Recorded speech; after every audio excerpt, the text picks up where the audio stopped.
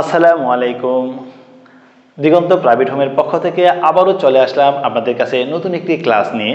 আমাদের আজকের ক্লাসের আলোচনার বিষয় হচ্ছে এসএসসি পরীক্ষার্থী 2025 সালের 27 তারিখে যে আমাদের ফিন্যান্স ও ব্যাংকিং পরীক্ষা হবে, ওই বিষয়ে কিভাবে আমরা পরীক্ষা দিব এবং শর্টকাটভাবে কিভাবে আমরা পরীক্ষার মধ্যে আনসার করলে ভালো একটি মার্কস পেতে পারি। চলুন আমরা দেখে নিই কীভাবে ফিন্যান্স ও ব্যাংকিং সাবজেক্ট থেকে প্রিপারেশন নিলে আমরা খুব ভালো একটি মার্কস পেতে পারি। ফিন্যান্স ও ব্যাংকিং সাবজেক্টের আমাদের দুইটা পার্ট থাকতেছে, একটা হচ্ছে ফিন্যান্স আর একটা পার্ট হচ্ছে আমাদের ব্যাংকিং। একটা পার্ট হচ্ছে ফিন্যান্স আর একটা পার্ট হচ্ছে আমাদের ব্যাংকিং। তো ফিন্যান্স পার্ট থেকে আমাদের কিভাবে প্রশ্নগুলো আনসার করব এবং ব্যাংকিং পার্ট থেকে কিভাবে আমাদের প্রশ্নগুলো আনসার করলে অতি সহজে আমরা ভালো একটি মার্কস পেতে পারি। ফিন্যান্স পার্টে আমাদের যে প্রশ্নগুলো আমরা আনসার করব, আমরা সব কয়টাই ম্যাথ প্রশ্ন আনসার করব, মানে চারটা ম্যাথ পার্ট আছে আমাদের, মানে গণিত অংশ আছে। এই চারটা পার্ট থেকে আমরা আনসার করার চেষ্টা করব। যদি আমরা এই চারটা পার্ট থেকে আনসার করতে পারি তাহলে ইজিলি আমরা 40 থেকে 40 পেতে পারি। চলুন দেখি চারটা পার্ট আমাদের কি কি। যদি আমরা প্রথমেই দেখি, আমাদের কাছে রয়ে গেছে অর্থের সময়মূল্য, চতুর্থ অধ্যায় অর্থের সময়মূল্য, পঞ্চম অধ্যায় আমাদের কাছে রয়ে গেছে যুগী ও অনিশ্চয়তা, ষষ্ঠ অধ্যায় রয়ে গেছে মূলধনী আয় ব্যয় প্রেক্ষাপট এবং সপ্তম অধ্যায় আমাদের কাছে আছে মূলধন ব্যয়।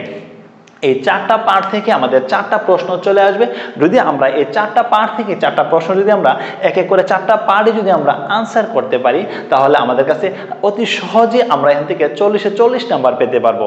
হ্যাঁ স্যার, থিওরি পার্টগুলো যদি আনসার করি এতে কি আমরা নাম্বার পাবো না? হ্যাঁ, থিওরি পার্ট থেকে যদি আনসার করি নাম্বারটা কাটা যাওয়ার সম্ভাবনা থাকে, অর্থাৎ নাম্বারটা কম পাওয়ার সম্ভাবনা থাকে।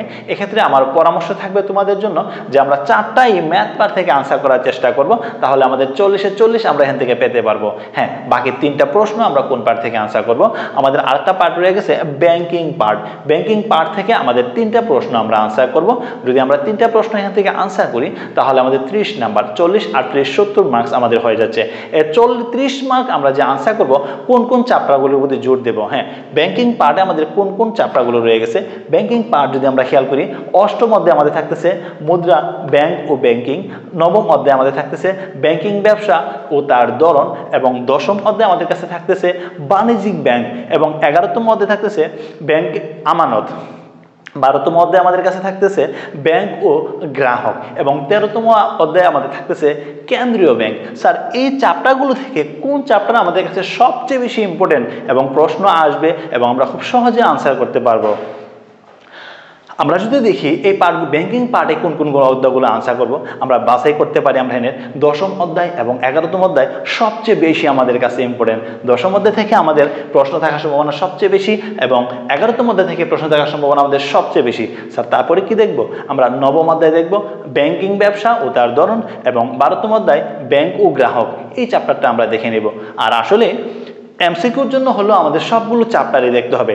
আমি শুধু বললাম আমাদের পরীক্ষায় সহজে আনসার করার জন্য এবং ভালো একটি মার্কস পাওয়ার জন্য আমরা কোন চ্যাপ্টারগুলোকে সবচেয়ে বেশি প্রাধান্য দেব ওই বিষয়গুলোতে। তো আমরা ফিন্যান্স পার্ট থেকে আনসার করতেছি চতুর্থ অধ্যায়, পঞ্চম অধ্যায়, ষষ্ঠ অধ্যায় এবং সপ্তম অধ্যায়, এবং ব্যাংকিং পার্ট থেকে আমরা যে পার্টগুলো আনসার করব তিনটা প্রশ্ন আনসার করব, এবং তিনটা প্রশ্ন আমরা অষ্টম, নবম, দশম, 11, 12, 13 এই চ্যাপ্টারগুলো আমাদের কাছে থাকতেছে। আমরা এখান থেকে শুধুমাত্র নবম, দশম এবং 11তম চ্যাপ্টার যদি কেউ পড়ি আমাদের পরীক্ষায় কমন চলে আসবে। আশা করি আমরা খুব ভালো করে পরীক্ষা দেওয়ার চেষ্টা করব। শুভকামনা করি। আসসালামু আলাইকুম।